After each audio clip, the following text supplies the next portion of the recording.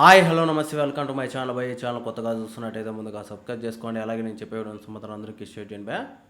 అయితే ఈరోజు మన టాపిక్ వచ్చేసి మన కూలీ సినిమా రివ్యూ భయ. నిజానికి కూలీ సినిమా రివ్యూ అయితే నాకు తెలిసినంత వరకు సినిమా చాలా బాగుంది అని చెప్పడంలో తప్పు లేదనిపిస్తుంది. అయితే ఎప్పటి వరకు అంటే ఒక ఫస్ట్ హాఫ్ వరకు అని చెప్పొచ్చు భయ. మళ్ళీ మిగతా సినిమా ఏమి ఉండదు అని చెప్పొచ్చు. ఎందుకు అంటే ఇంత పర్టికులర్గా చెప్తున్నానంటే నేను ఏదో అసలు ఎల్సీయూ అని చెప్పేసి మన లోకేష్ కనకరాజు చెప్పకపోయినా కూడా మనం అదే దీంట్లో ఉన్నామేమో అన్న టైప్లో అనిపించింది. అందుకని సినిమా నచ్చలేదా అన్న టైప్లో అనిపించింది భయ్య. చాలా వర్స్ట్ థింక్ ఏంది అంటే అసలు రజనీకాంత్ గారిని పెట్టుకొని ఇలాంటి క్యారెక్టరైజేషన్ అయితే నేనైతే చూడలేదని చెప్పవచ్చు భయ్య. అసలు లోకేష్ కనకరాజు గారైనా ఈ సినిమా తీసింది అన్న టైప్లో అనిపిస్తుంది. అయితే మ్యాటర్ వచ్చేసి రజనీకాంత్ గారిని ఒక వింటేజ్ రజనీకాంత్ లాగా చూపిస్తాడు భయ్య. అది మాత్రం ఒక పీక్స్ అని చెప్పొచ్చు. నాకు ఇప్పటిదాకా అలాంటి విజువల్స్ అయితే నేను చూడలేదని చెప్పొచ్చు భయ్య. ఒక రేంజ్ అని చెప్పొచ్చు.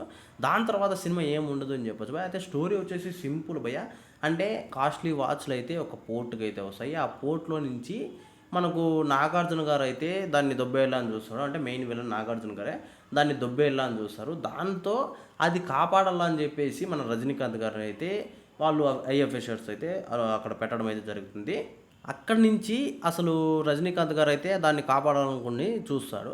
అయితే కాపాడాలని చెప్పేసి మన అమీర్ ఖాన్ గారిని కావచ్చు, అలాగే మన ఉపేంద్ర గారిని కావచ్చు, వాళ్ళిద్దరిని అయితే అక్కడ మన రజనీకాంత్ గారు అయితే వాళ్ళిద్దరిని పెట్టుకోవడం అయితే జరుగుతుంది. అక్కడ వాళ్ళిద్దరూ మళ్ళీ రజనీకాంత్ గారిని మోసం చేసి ఆవిడని దొబ్బేస్తారు భయ్య. ఈ సిచ్యువేషన్ నుంచి రజనీకాంత్ గారు ఎలా ఆవిడని కాపాడుతానన్నదే స్టోరీ భయ్య. ఇంక ఏం ఉండదు అని చెప్పొచ్చు. ఇందులో చాలా వరకు చాలామంది క్యారెక్టర్లు అయితే ఎందుకు తీసుకున్నారన్న టైప్లో అనిపిస్తుంది. ఇంకా పర్టికులర్గా చెప్పాలంటే నాకు అమీర్ ఖాన్ గారి క్యారెక్టర్ కావచ్చు, ఉపేంద్ర గారి క్యారెక్టర్ కావచ్చు, అసలు ఏం లేదని చెప్పొచ్చు భయ్య. ఇంకా నాగార్జున గారి క్యారెక్టర్ అన్న కొంచెం విలన్ టైప్లో చాలా అద్భుతంగా ఉంది అని చెప్పొచ్చు. ఆయన క్యారెక్టర్ ఒక పీక్స్ అని చెప్పొచ్చు. కాకపోతే మరి మనము రోలెక్స్ క్యారెక్టర్తో అని చెప్పేసి చాలామంది చెప్పారు. అదంతా అంత ఏం లేదని చెప్పొచ్చు భయ్య నాకు తెలిసినంత వరకు.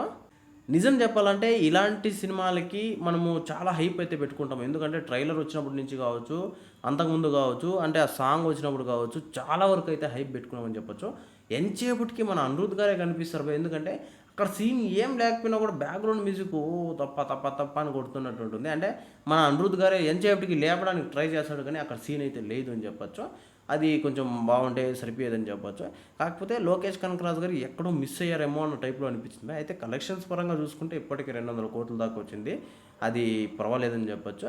కానీ ఒకవేళ సినిమా గన ఎల్సీయూతో సంబంధం అంటే నేను డైరెక్షన్ చేసేది అని చెప్పట్లేదు, కానీ ఎల్సీయూతో ఒకవేళ సంబంధం ఉంటే అది కన్నా మనం ఊహించుకున్నట్టయితే ఒకవేళ అది 1000 కోట్ల దాకా వచ్చే అవకాశం అయితే ఉండిపోయా. ఎక్కడ కూడా తగ్గే ప్రసక్తే లేదని చెప్పొచ్చు. నాకు అదే అనిపించింది ఇంకా ఓవరాల్గా అయితే. అయితే ఈ సినిమా గురించి మీరేమనుకుంటున్నారో కింద కామెంట్లో తెలియజేయండి. మర్చిపోకుండా తప్పకుండా ఇచ్చేసి